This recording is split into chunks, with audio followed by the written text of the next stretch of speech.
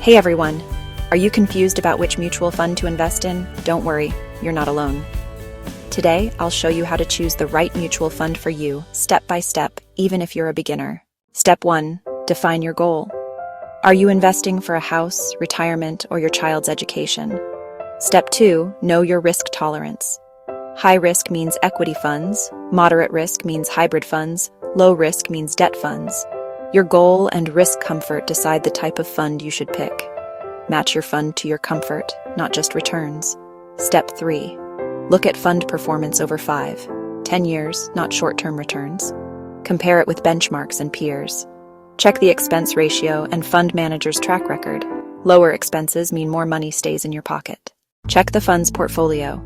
Diversified funds spread risk across sectors and companies, protecting your investment. Remember, goal plus risk plus performance plus cost equals the right mutual fund for you.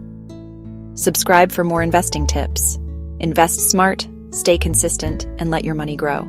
Hit like and share with friends who want to start investing.